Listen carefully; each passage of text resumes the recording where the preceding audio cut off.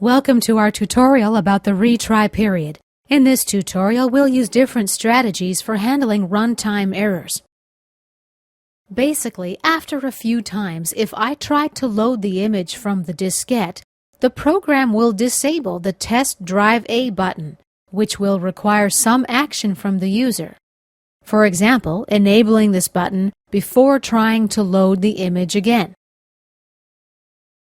Let's begin by running my program and seeing how this works.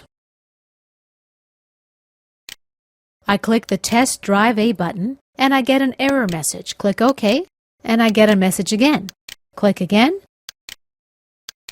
And now the program has disabled the Test Drive A button.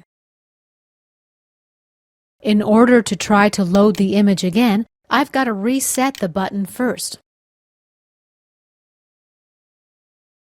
Let's close our program. We're able to specify the number of tries we can have.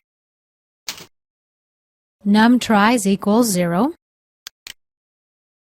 Let's say the first time the user can try 4 times.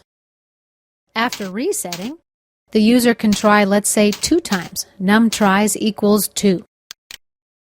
Okay, let's run our program again and see how this works. We test Drive A once, second try, third try, and now the button is disabled. Let's reset. And we can do it 1 time, twice, and now the button is disabled again. And this concludes our tutorial about how to specify a retry period.